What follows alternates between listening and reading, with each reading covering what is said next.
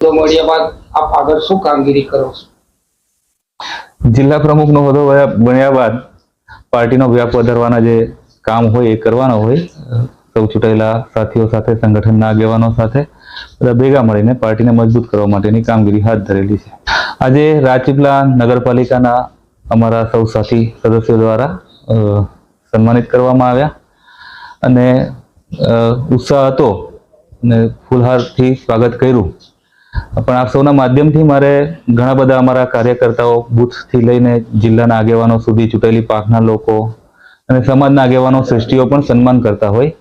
હું તમારા માધ્યમથી દરેક વ્યક્તિને એક સંદેશ આપવા માંગુ છું કે આપનું સન્માન અને આપના આશીર્વાદની ખૂબ જરૂર છે, પણ તમે જે મારું સન્માન ફૂલમાળાથી કરો છો એની જગ્યાએ જો મને 5 નોટબુકો તમે ભેટ આપશો તો એ નોટબુકો આવનારા સમયની અંદર જ્યારે સ્કૂલો ખુલશે ત્યારે આપણે જરૂરિયાતમંદ બાળકોને આપણે પૂરી પાડીશું. એટલે મારું બધાને એવી વિનંતી છે, મારું સન્માન કરવા માંગતા હોય તો તમે ફૂલમાળાનો ખર્ચો કરતો હોય એની જગ્યા પર 5 નોટબુકો ભેટ આપે.